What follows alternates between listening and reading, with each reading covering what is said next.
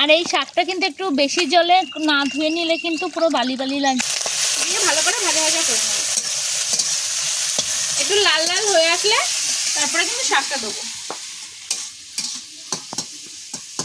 ঠিক আছে, আর এবার নামিয়ে নেবো। শাকটা কিন্তু নামিয়ে নেবো।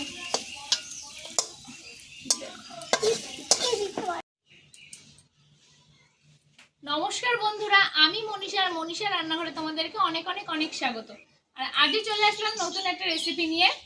তো আজকে করব নোটের শাক। কালকে বাজার থেকে যেহেতু আমাদের এখানে গতকালকে হাট ছিল, তো হাটের থেকে নোটের শাক আনা হয়েছিল, আর সেই নোটের শাকটা এখন করব। নোটের শাকটা সবাই মোটামুটি আমরা চিনি, খেয়েছি, কিন্তু আজকে একটু অন্যরকমভাবে করব, একটু কাঁকড়া দিয়ে করব ভাবছি। তো তোমরা কিন্তু রেসিপিটা অবশ্যই দেখতে থাকো। আর এখানে আমি সব নোটের শাকগুলো বেছে নিয়েছি, বেছে কিন্তু এবার কেটেও নিচ্ছি। তোমরা কিন্তু অবশ্যই রেসিপিটা দেখতে থেকো। দেখো নোটের শাকগুলো আমি কেটে নিই।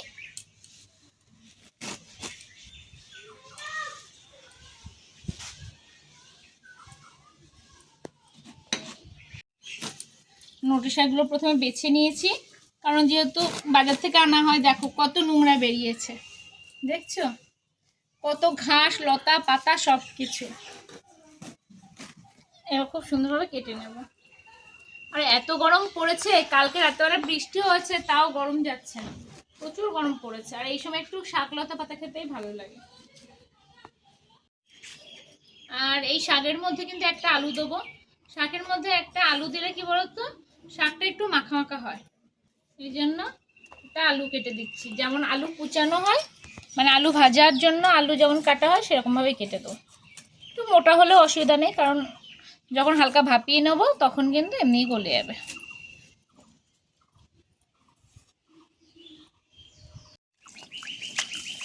আর এই শাকটা কিন্তু একটু বেশি জলে না ধুয়ে নিলে কিন্তু পুরো বালি বালি লাগবে। এই জন্য দেখো টাইমের জল এসেছে, আর আমি ড্রামের মধ্যে ভরে রেখেছি। আর এখন জলটা ধুয়ে এই শাকটা ধুয়ে নিচ্ছি এই জলের মধ্যে। দেখো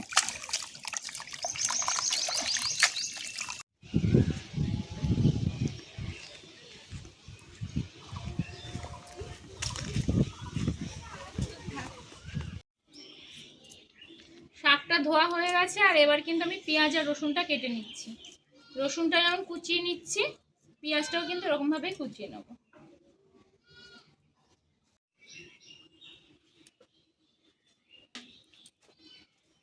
কড়াইটাতে এবার গরম করে নিয়েছি, নিয়ে সর্ষের তেল দিয়ে দিয়েছি। আর এই তেলের মধ্যে দিয়ে দেবো শুকনো লঙ্কা। নিয়ে দুটো শুকনো লঙ্কা দিয়ে দিলাম।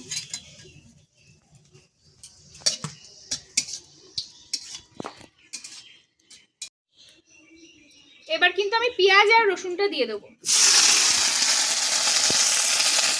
এখানে রসুন আর লঙ্কা আছে, দিয়ে ভালো করে ভাজা ভাজা করে নেব। একটু লাল লাল হয়ে আসলে তারপরে কিন্তু শাকটা দেবো।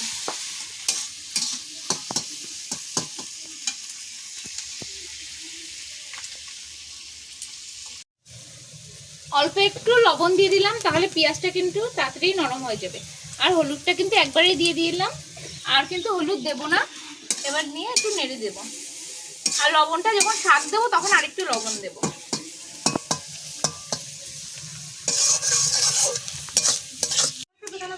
এবার কিন্তু এই যে কাঁকড়া আছে, এই কাঁকড়াটা দিয়ে দেবো। এখানে কাঁকড়াটা কিন্তু মাঝখান থেকে কেটে নিয়েছি। আর খুব বেশি কাঁকড়া দেবো না এই গরমে, অল্প করেই দেবো। দিয়ে কাঁকড়াটা কিন্তু দিয়ে দেবো।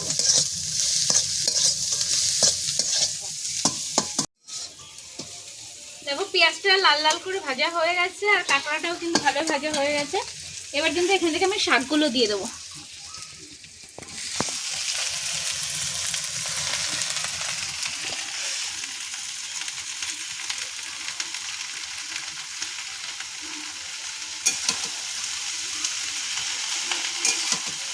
শাকটা একটু নেড়ে চেড়ে দেবো, দিয়ে লবণ দিয়ে ঢাকা দিয়ে দেবো।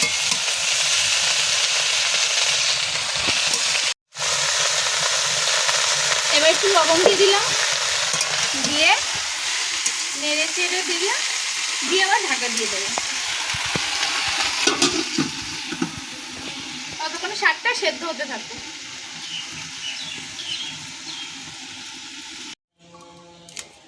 চলো এবার ঢাকনাটা খোলা যাক। দেখো শাকটা কতটা নরম হয়ে গেছে, দেখেছো?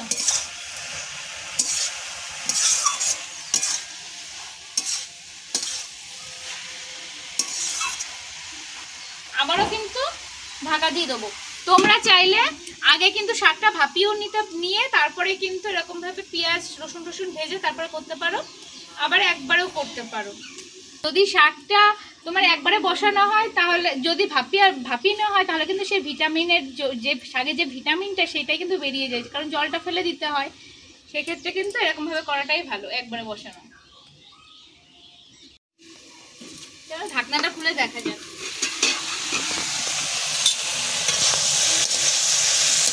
দেখো শাকটা যেহেতু একটু শুকনো শুকনো হয়ে যাচ্ছে, এবারে না আমি একটু জল দিয়ে দেবো, তাহলে না শাকটা ভালোভাবে সেদ্ধ হয়ে যাবে। অল্প করে জল দিয়ে দিলাম, দিয়ে ঢাকা দিয়ে দেবো, তাহলে শাকটা কিন্তু ভালো খুব সুন্দর মাখা মাখা হয়ে যাবে। চলো আবার একবার ঢাকনাটা খুলে দেখছি। দেখো শাকটা কিন্তু অনেকটাই নরম হয়ে গেছে। এরকম ভাবে ঢেকে ঢেকে করতে হবে, তাহলে দেখবে শাকটা কিন্তু খুব সুন্দর মাখা মাখা হয়ে যাবে। তোমরা কিন্তু কাঁকড়ার জায়গায় চিংড়ি মাছ দিয়েও করতে পারো, আর কোনো মাছ না দিয়েও করতে পারো, খুব সুন্দর লাগবে এইভাবে করলে। কিন্তু কাঁকড়া চিংড়ি মাছ দিলে একটু বেশি টেস্টি লাগবে।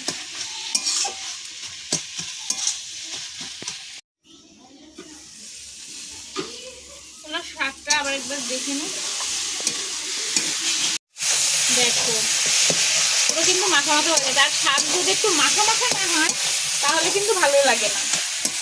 শাক যত মাখা মাখা হবে ততই কিন্তু ভালো লাগে, ছাড়া ছাড়া হলে ভালো লাগে না, একদম দেখতেও ভালো লাগে না, খেতেও ভালো লাগে না।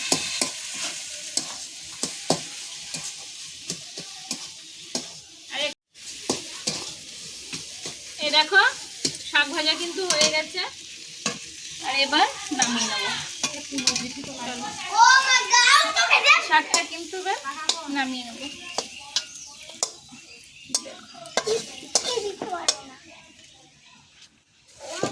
আর আজকের রেসিপিটা যদি তোমাদের ভালো লেগে থাকে প্লিজ লাইক কমেন্ট শেয়ার করো, আর যারা এখনো সাবস্ক্রাইব করেনি প্লিজ সাবস্ক্রাইব করে দিও। আর এরকমভাবে অবশ্যই কিন্তু বাড়িতে একবার শাক রান্না করে দেখো, নোটের শাক, খুব ভালো লাগবে। আমার তো খুব ভালো লাগে, আশা করি তোমাদেরও ভালো লাগবে। আর আজকের মতন বিদায় জানাচ্ছি, আবার অন্য কোনো দিন অন্য কোনো রান্নার সাথে আবারও তোমাদের সাথে দেখা হবে। তো ততক্ষণ তোমরা ভালো থেকো, সুস্থ থেকো। তো টাটা সবাইকে।